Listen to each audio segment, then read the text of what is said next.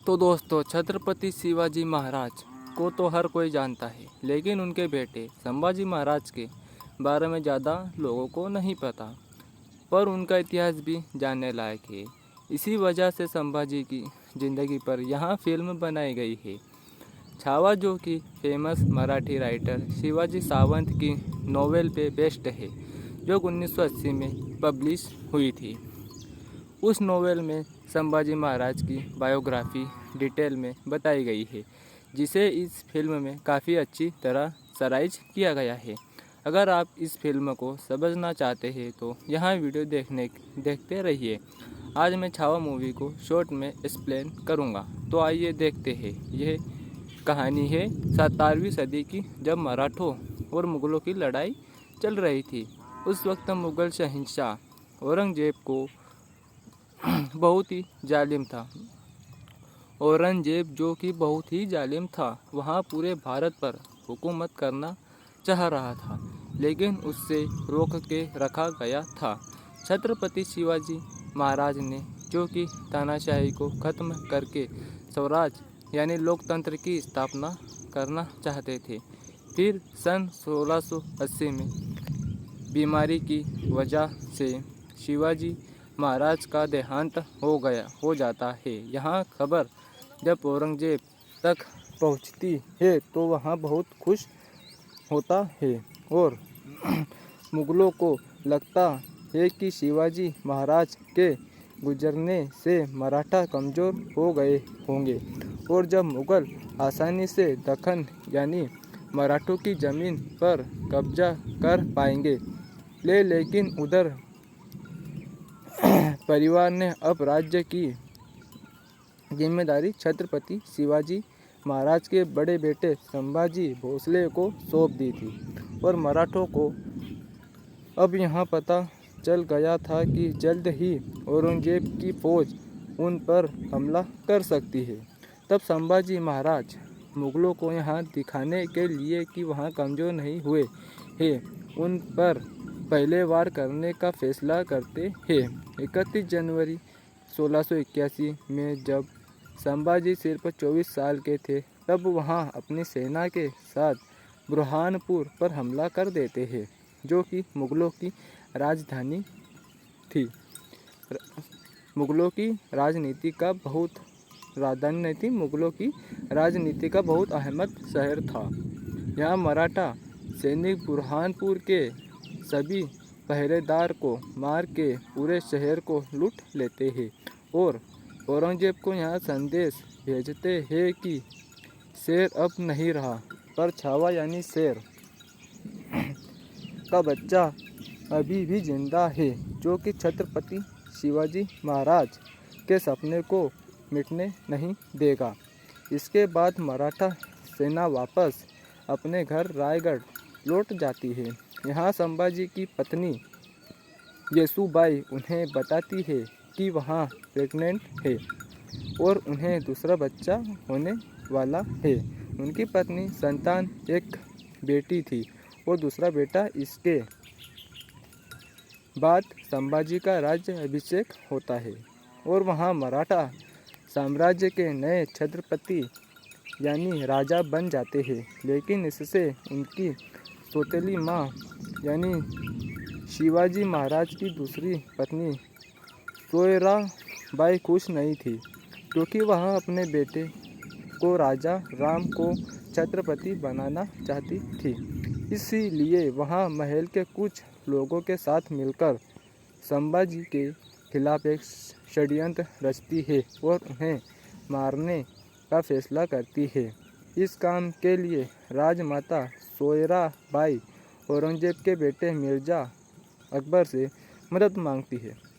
अकबर अपने पिता औरंगजेब का दुश्मन था और वहाँ उसे मार के खुद नया शहंशाह बनना चाहता था।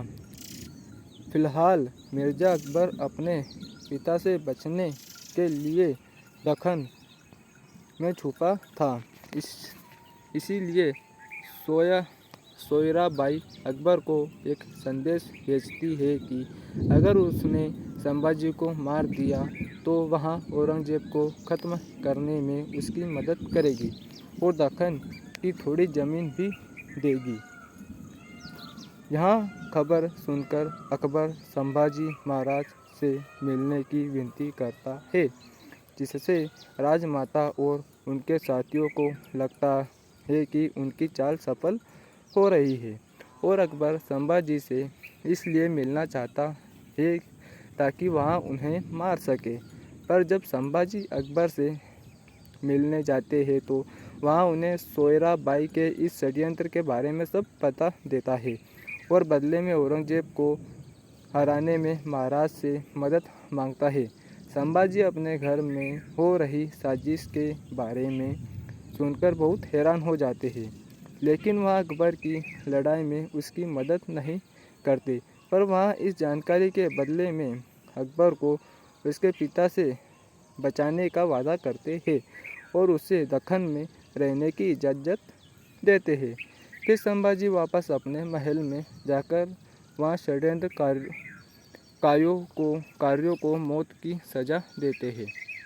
पर वहाँ सोयराबाई को कुछ नहीं करते क्योंकि वहाँ राजमाता थी।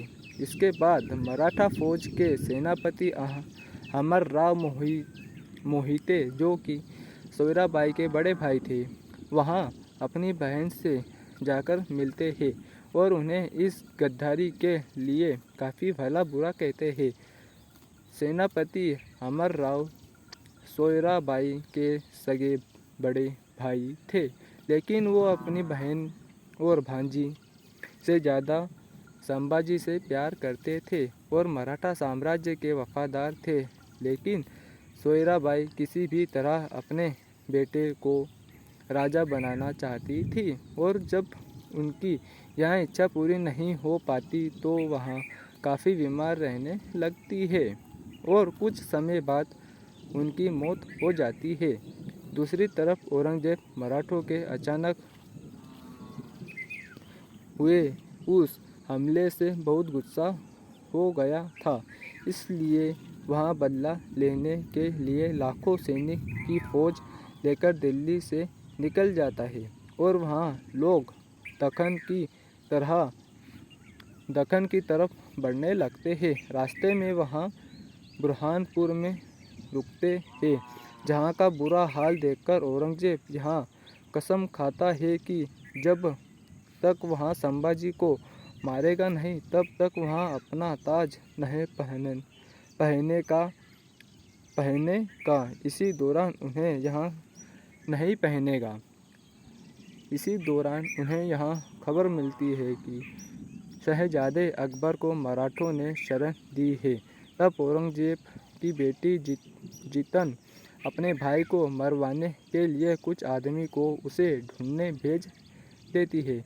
इसके बाद मुगलों की फौज दक्खन पहुंच जाती है और लोग वहां के अलग अलग शहरों में जाकर जनता पर बहुत जुल्म करते हैं और लूट मरी करके कई इलाके बर्बाद कर देते हैं। यहाँ खबर जब छत्रपति तक पहुँचती है तो वहाँ सेनापति हमीर मामा और अपने सलाहकारों के साथ एक रणनीति बनाते हैं ताकि वहाँ औरंगजेब को रोक पाए। मराठों के मुकाबले मुगलों की फौज बहुत बड़ी थी, इसलिए संभाजी उन पर सीधे वार करने की बहुत बड़ी थी, इसलिए संभाजी उनसे सामने सामने वार करने से बच रहे थे कि हमला करने का फैसला करते हैं, सीधा हमला करने का फैसला करते हैं। इसके लिए मराठा सैनिक अलग अलग शहर में जाकर मुगलों की थोड़ी थोड़ी सेना पर वार करते हैं। वहाँ खेतों, जंगलों और नदी की आड़ में अपना रूप बदल के हमला करते हैं, जिससे धीरे धीरे मुगल सेना आधी हो जाती है और उनका खजाना भी कम होने लगता है। उधर महारानी येसुबाई राज्य की जिम्मेदारी संभाल रही थी, क्योंकि संभाजी महाराज ने उन्हें बराबरी का अधिकार दिया था।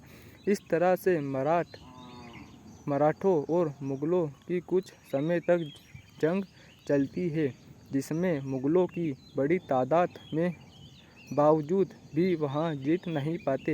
इसीलिए वहाँ संभाजी को हराने का कोई नया तरीका सोचते हैं और उनके ही किसी करीबी इंसान की मदद लेकर संभाजी को धोखे से मारने का फैसला करते हैं। इसके बाद सन 1687 में औरंगजेब की बेटी जीनत को यहाँ पता चल जाता है कि उसका भाई अकबर कहाँ छुपा है। इसीलिए वहाँ उसे मारने के लिए कुछ सिपाहियों को वहाँ भेज देती है, जो कि अकबर को मारने के काफ़ी करीब पहुँच जाते हैं। लेकिन तभी मराठा सैनिक वहाँ आकर उसे बचा लेते हैं। तब अकबर को लगता है कि उसका वहाँ रहना सुरक्षित नहीं है। इसीलिए वहाँ संभाजी के पास जाकर उन्हें बोलता है कि वहाँ हिंदुस्तान छोड़कर जाना चाहता है, जिसके लिए महाराज इजाज़त दे देते हैं। तभी अचानक उन्हें यहाँ खबर मिलती है कि सेनापति हमीर राव मोहिते मुगलों के साथ एक युद्ध लड़ते हुए मारे गए। हालांकि वहाँ उस जंग में जीत गए थे, लेकिन आखिर में उन्हें एक तोप का गोला लग गया। यह सुनकर संभाजी को बहुत बुरा लगता है, क्योंकि हमीर मामा न सिर्फ एक अच्छे सेनापति थे, बल्कि वहाँ उनके पिता समान भी थे। उनके गुजरने से अब मराठा सेना थोड़ी कमज़ोर हो जाती है। इसके बाद 1690 में संभाजी को मुगलों की एक नई चाल के बारे में पता चलता है। औरंगजेब, जो कि ताकत से मराठों का मुकाबला नहीं कर पा रहा था, उसने अब लालच देकर दक्कन के कई राज्य मंत्रियों को खरीद लिया था। इससे मराठा साम्राज्य कमज़ोर होने लगता है। तब संभाजी सभी राज्य के मंत्रियों के साथ एक बैठक करने का सोचते हैं, ताकि वहाँ उन्हें समझा सके। महाराज यहाँ बैठक संगमेश्वर नाम के एक शहर में करने वाले थे, पर वहाँ जाने से पहले मुगलों के बीच एक झूठी खबर फैला देते हैं कि मराठों की सेना पुणे से होते हुए अकलूज शहर में जा रही है, जहाँ औरंगजेब मौजूद था, ताकि वहाँ अपनी पूरी फौज पुणे में भेज दे और खुद निहत्था रह जाए। इस मौके का फ़ायदा उठाकर मराठा सैनिक संगमेश्वर के खुफिया रास्ते से अकलूज जाने वाले थे और औरंगजेब को मारने वाले थे। फिर संभाजी महाराज रायगढ़ से 150 सिपाहियों को लेकर संगमेश्वर चले जाते हैं और वहाँ सभी राज्य मंत्रियों को समझा के अपने पक्ष में कर लेते हैं। इसके अगले दिन वहाँ अपनी सेना लेकर अकलूज में औरंगजेब पर हमला करने वाले थे, लेकिन उधर मुगलों को इस प्लानिंग के बारे में सब कुछ पता चल गया था, क्योंकि संभाजी के 2 साले गणोजी और कान्होजी उस वक्त औरंगजेब से जाकर मिल गए थे, जिसका कारण यह था कि महाराज ने उन्हें एक ज़मीन देने से मना कर दिया था। इससे गुस्सा होकर वो दोनों औरंगजेब के पास चले गए और उसी ज़मीन को हासिल करने के लिए उन्होंने अपने जीजा संभाजी की योजना के बारे में उसे सब बता दिया।